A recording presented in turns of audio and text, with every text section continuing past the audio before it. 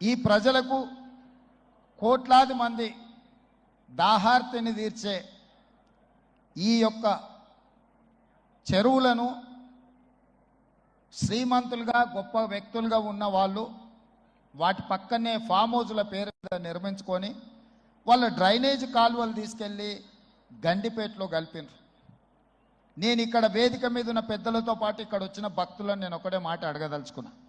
ఇవాళ వాళ్ళ విలాసవంతమైన జీవితం కోసం నిర్మించుకున్న ఫామ్ హౌజుల నుంచి వచ్చే డ్రైనేజ్ గండిపేటలో హిమాయత్ సాగర్ తాగునీటిలో కలిపితే ఆ నీళ్లు హైదరాబాదు నగరానికి తాగడానికి సరఫరా చేస్తుంటే వాళ్ళు నిర్మించిన అక్రమ నిర్మాణాలను వదిలేస్తే ఇక నేను ప్రజాప్రతినిధిగా విఫలమైనట్ట కాదా మీరు ఒక్కసారి ఆలోచన చేయండి.